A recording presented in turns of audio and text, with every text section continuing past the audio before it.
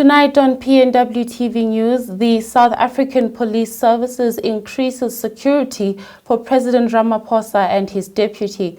Also ahead this evening, Premier Lazarus Mokgosi expresses pride at the naming ceremony of the new Northwest University Medical School. In the business news, Capitec sees a massive jump in profits. And in the sports tonight, the ASA Senior Track and Field Championships are set to take off in Potchefstroom. Good evening, everyone. I'm Boitumelo Monare. Thank you so much for streaming with us. We begin tonight with some alarming news as police have now increased security for President Cyril Ramaphosa and his deputy Paul Mashatile after a shooting incident involving the deputy president's convoy in Boksburg. SAPS National Police Commissioner Fanny Masemola confirmed a shooting incident involving the deputy president's convoy. Now, following the incident, an extensive investigation was conducted and is still underway with the ballistics report concluded. General Masemola has moved swiftly to reassure the nation of the safety of the country's executive. The statement comes after reports of an alleged shooting directed at Mashatile's convoy, raising alarm bells over the potential threats facing top officials. Masemola emphasized that the SAPS members assigned for the president and his deputy are trained to a high level of skill and possess the necessary expertise and capabilities to avert any risk and threat. In provincial news this evening, the Northwest University is proud to announce its soon-to-be established medical school, officially named the Northwest University Desmond Tutu School of Medicine. The decision was taken in consultation with and with the approval of the Archbishop Desmond Tutu IP Trust. The official naming ceremony took place on Tuesday, the 22nd of April at the Capital on the Park Hotel in Sandton. Now, the first intake of students for the medical school is scheduled for 2028. Premier of the Northwest Province, Kagiso Lazarus Mokgosi, expressed pride at the occasion. As a provincial government, we are truly humbled by this gesture to bestow Archbishop Esmas Tutu with this huge honor, particularly during the month of April, where we mark 31 years of this country's democratic breakthrough. The naming of this campus after this torchbearer whose selflessness personified him as a moral guide to our liberation cause must remind all of us what it means to be a servant of the people. His teachings must galvanize all of us to work in unison by being solution-driven on challenges affecting our people, cognizant of the values and principles he espoused as a humanitarian. As a Northwest, we pride ourselves with global icons like Desmond Tutu, who was born in a small city like it was said in Mokgosi local municipality on the 7th of October 1931, and many other heroes and heroines of our province who were unflinching in their commitment in the creation of a non-sexist, non-racial, democratic and developmental state centered on democratic values and respect for human rights. Their contribution must remain etched in our minds, particularly as we envision a country and a province which lives up to the commitment we made during the dawn of our democracy by honoring those who suffered for justice and freedom in our land, to respect those who have worked to build and develop our country, and to improve the quality of life of all our citizens. More out of the province as the MEC for Cooperative Governance and Human Settlements and Traditional Affairs, Owakhemo Lapisi, has officially communicated the decision by the provincial executive to place the Kagiso-Molopo local municipality under Section 139(1)A of the Constitution of South Africa, effective immediately. Addressing a special meeting with the Municipal Council, MEC Molapisi announced directives to be implemented within the prescribed period. Today we're in Kagisano-Molopo Municipality to come and communicate the decision of the provincial executive to place the municipality of Kagisano-Molopo under section 1391A of the Constitution effectively immediately. Section 139 of the Constitution authorizes the provincial executive to intervene in a municipality when it does not fulfill its executive obligation in terms of the legislation. So we have directed the municipality to stabilize and strengthen the governance and oversight structures of the council, meaning that council meeting must take place without any disruption. There must be an improvement on compliance to the legislation requirement for recruitment of personnel and acting appointment of senior managers. We have many managers, vacant positions. We are directing the municipality to fill those positions. There must be an improved administrative capacity of the municipality. There must be an improvement on the financial management and improvement on prudential management of litigation and related ancillaries process in the municipality.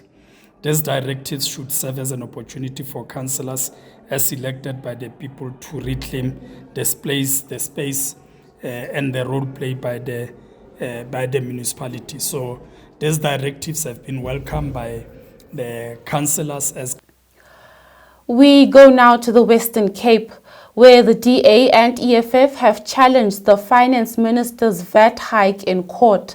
The Western Cape High Court has heard an application by the DA and EFF to interdict the VAT increase scheduled to come into effect on May 1st and also set aside the fiscal framework report passed by Parliament last month. Now, speaking on the steps of court in Cape Town, DA Finance spokesperson and Member of Parliament Dr. Mark Burke said his party is opposed to the VAT hike. But I want to make it clear, we're not opposed to a budget under any circumstances and under all conditions. The DA was in favor of a budget that would focus on new infrastructure investment, on a budget that has no further bailouts for failing state-owned enterprises, and on a budget that prioritizes spending where it's needed the most. So we're not opposed to a budget under any circumstances. But we are opposed to an ANC VAT-based budget. And while we've assembled an excellent legal team, sitting in front of a well-regarded bench of judges today, and while we pray for a favorable legal ruling today,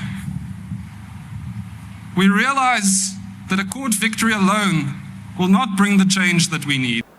Now with that, let's get the latest in international news.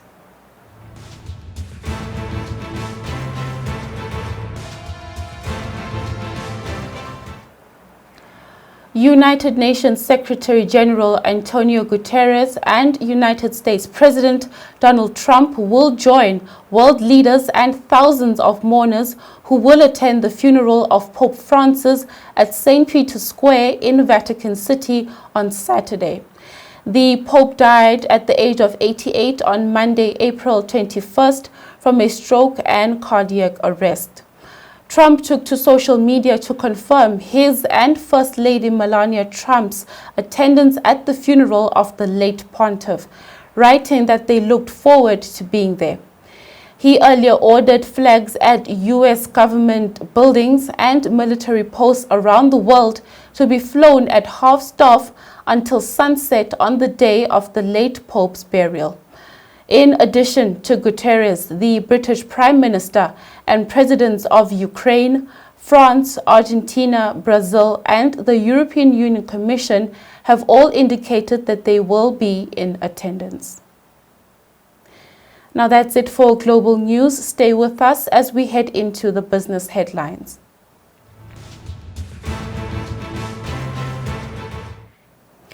Capitec has seen a massive jump in its profit metrics as the bank's active client base and branch numbers increase. In its financial results for the year ended 28 February 2025, Capitec noted that several additions to the group over the last 5 years have expanded its active client base. This includes business banking, value-added services, its mobile offering Capitec Connect, and acquiring its insurance license to complement its personal banking products. Now, the expansion of the product and service offering resulted in continued growth in its active client base from 22.2 million in the prior year to 24.1 million. More business news. The composite leading business cycle indicator in South Africa rose by 0.9% monthly in January 2025. The two biggest positive factors were a rise in the number of approved residential development plans and a faster 6-month smooth growth rate in the number of new passenger cars sold. However, a slowdown in the 6-month smooth growth rate in the job advertisement space and a drop in the average number of hours worked per factory worker in the manufacturing sector were the biggest negative impacts. And with that, we now wrap up with the sports news.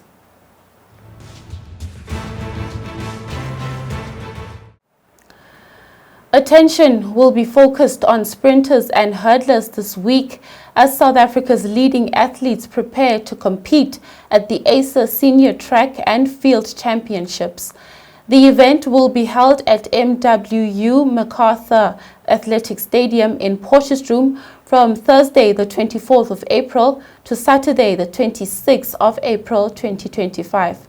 Spectators can anticipate thrilling competitions in the men's and women's 100-meter sprints as well as the women's 800-meter race, where fierce rivalries are expected to unfold, promising an exhilarating atmosphere for both athletes and fans alike. Now, record holder Bayanda Walaza faces Wade van Niekerk and Abdurrahman Karim, amongst others. In women's 100-meter, Viwe Jigri defends her title against 17-year-old Hannah Vermaak, who narrowly beat her at the Golden Grand Prix. Olympic finalists and indoor world champion Prudence Sekhodiso competes in the 800-meter and 1500-meter, facing rival Shane Swart. Now, the championship is expected to keep fans at the edge of their seats. This is despite the absence of 4 of the country's elite stars, Akani Simbine, Lyth Pillay, Marion Fourie and Joanne Duplessis, who will be focusing on the Diamond League meeting in China on Saturday. In more sports news tonight, the 2025 Pirates Cup ended with a rousing final on Monday at Marks Park, where Lerumo Lions secured the men's under-21 championship and Mamelodi Sundowns ladies claimed the women's title. Now, Lumka Qeleka's goal secured Sundown ladies' first title, beating UJ ladies 1-0. Similarly, Lions claimed the men's trophy with an early goal from Bongani Mpini over Orlando Pirates. Banyana Bastille advanced to the knockouts but lost 1-0 to Wits in the semi-finals, setting up a final against UJ ladies, who beat the defending champions in a shootout after a 0-0 draw. And that is our broadcast for tonight. I'm Boitumelo Monare. Be sure to stay tuned to our channels for more news updates. Until next time, good night.